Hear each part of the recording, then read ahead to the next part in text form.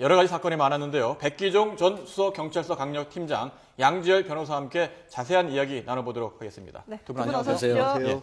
같은 날이었습니다. 지난 16일 아시아나항공에 이어서 대한항공에서도 탑승권 바꿔치기가 발생했는데 왜 이런 일이 벌어지는 걸까요? 네, 지금 그 한국인 2명이 원래 캐나다 밴쿠버행 표를 발권을 받았죠. 네. 그런데 방콕행의 중국인 2명과 네. 이제 안에 그 면세점 구역 안에서 네. 결국은 바꿔버렸죠. 네. 캐나다로 가는 걸로 하고 그다음에 한국인은 방콕행으로. 근데 이제 한국인은 탔는데 캐나다로 가는 중국인 2명은 이 여권과 그다음에 탑승권을 대조하는 바람에 지레 겁을 먹고 그다음에 안 탔는데 어떻게 노출이 됐느냐. 기 타버린 이런 그 우리 한국인들을 향해서 이쪽 비행기 보안요원이 뭘 물어봤냐면 중국인들에게 그러면 그 여권을 어떻게 했느냐 그러니까 방콕행 비행기를 표를 잃어버렸다 이렇게 얘기를 했단 말이죠. 예. 그래서 이미 이륙을 했지만 신속하게 연락을 해서 그래서 다시 발각이 돼서 이렇게 이제 해항이 돼가지고 알려지게 된 사건이죠. 예. 예. 그러면은 캐나다로 가려고 했던 중국인 2명은 왜 이 한국인들하고 바꾼 걸까요? 한국 여권의 가치가 굉장히 높습니다. 그러니까 요즘 그 동남아 지역 중국에서도 네. 한국 여권을 가지고 있으면 외국에 들어갈 때 사실 구별이 잘 안 가기도 하고 한국 여권이 이 아시아 국가들 중에서는 비자 면제를 받을 수 있는 국가들에서 굉장히 비자 면제. 네. 예, 높은 순위에 있기 때문에 한국인적 가정을 하고 캐나다나 미국 같은 지역에 일단 미입국을 하게 되면 그 다음에는 사실 굉장히 넓은 나라고 예. 이민이 많이 가는 나라이기 때문에 그 내부에서 다시 요청을 통해서 뭔가 그 숨어들 수 있는 루트가 많이 있거든요. 그래서 일단은 최근 들어서 이런 일이 많이 벌어지지 않을까 하는 좀 우려도 듭니다. 예. 아시아나항공 경우와 달리 대한항공 경우에는 뭐 중국인과 한국인이 2장씩 바꿔치기 했는데 말씀을 들어보니까 이 중국인들이 밴쿠버 들어갈 때 한국 여권을 가지고 무비자로 좀 들어가 볼까 이렇게 노린 것 같은데 네. 이러다 보니까 이게 미립국 조직이 중간에 개입한 것이 그렇습니다. 아니냐 이런 말이 나오고 있지 않습니까? 지금 브로커가 굉장히 그 할기를 치고 있다. 예. 이런 제보가 있고 뭐 국제범죄 수사대 같은 데서도 수사를 하고 있는 걸로 제가 알고 있거든요. 네. 근데 이제 지금 이런 케이스도 이런 경우도 1,500만 원을 받기로 한 게 지금 그 진술이 네. 나왔잖아요. 예. 그렇다고 하면은 예전에도 이런 게 굉장히 이런 경우가 많았을 것이다. 네, 이렇게 보고 수사를 확대하고 있다고 하는데 네. 결국은 이런 경우는 보면 일부에서는 뭐 처벌 규정이 없다고 하는데 처벌 규정이 있죠. 예. 이 출국관리법 12조하고 처벌조항 94조 1호에 보면은 이 출국 심사 받지 아니하고 출국하면 결국 3년 이하 징역에 2천만 원 이하 벌금인데 이걸 만약에 강의로 해석을 해서 이 항공법을 또 그 적용할 수도 있다는 지금 분석이 나오고 있어요. 이게 네. 뭐냐면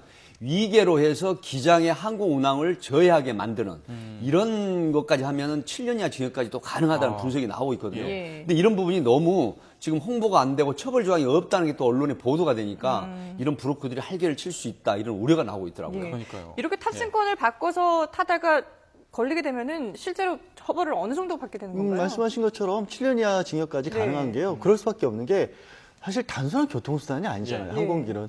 무엇보다도 국경과 국경을 오가는 거기 때문에 그냥 미입국을 하는 겁니다. 사실 이게 우리가 이제 문명사회가 되다 보니까 예. 그 출입국 관리 시스템 같은 데서 그냥 사진 보여주고 여권 보여주고 하는 거니까 그냥 안전하게 비행기 타고 간다라고 생각을 하지만 실제 벌어지는 법적 평가에 대한 가치는 마치 철조망에 땅굴 파고 넘어가는 거랑 똑같은 거예요. 그래서 강력하게 처벌받는 예. 거죠.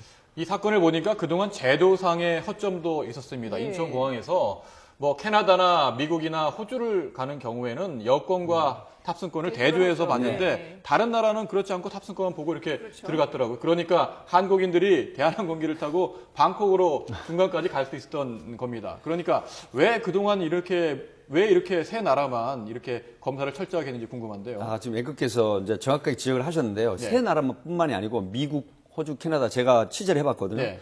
영국, 프랑스, 체코, 뉴질랜드는 요청이 왔어요. 해당국에서. 예. 여권과 탑승권을 대조를 해줘라. 출발지에서.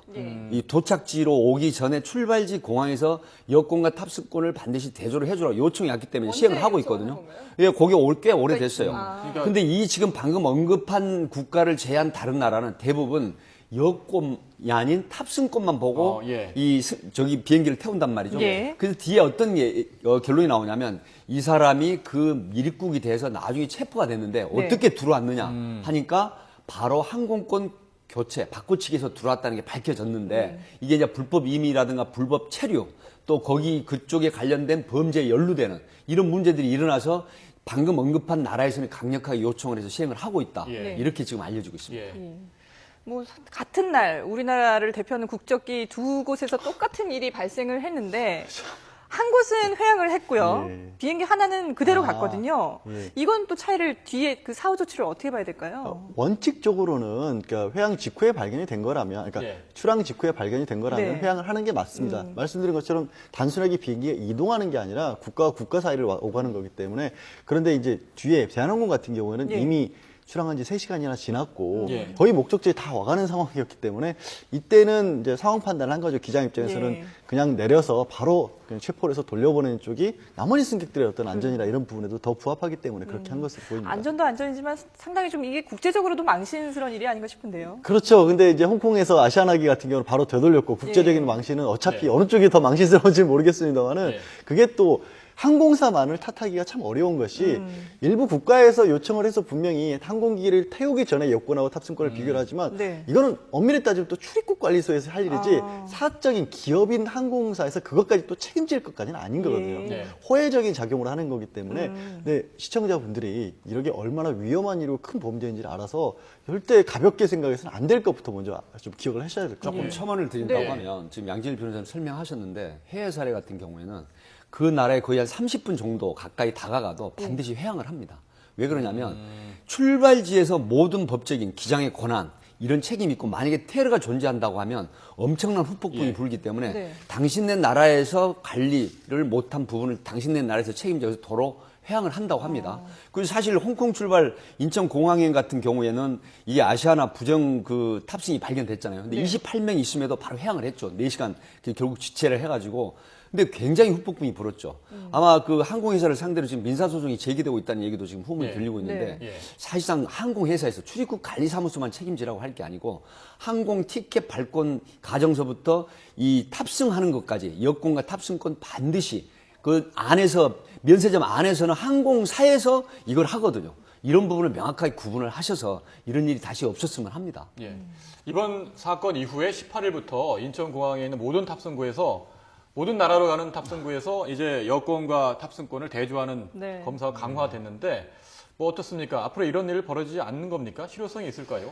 실효성을 높이려면 예. 그것만으로는 조금은 부족하다고 생각을 하고요. 네. 오히려 지금 같은 경우는 그런 구조잖아요. 처음 들어갈 때, 그러니까 공항에 들어가는 과정에서는 굉장히 복잡하게 보지만 네. 면세점 통과한 이후에는 별로 보안이 없었잖아요. 네, 네. 그렇죠. 예. 근데 생각해보면 최종적인 데서 오히려 더 뭐 엄격하게 규율을 해야 되지 않을까. 그렇다면 순서 자체를 다시 한번 배치하는 것도 생각해 볼 필요가 있겠죠. 탑승권 보는 순서를. 예.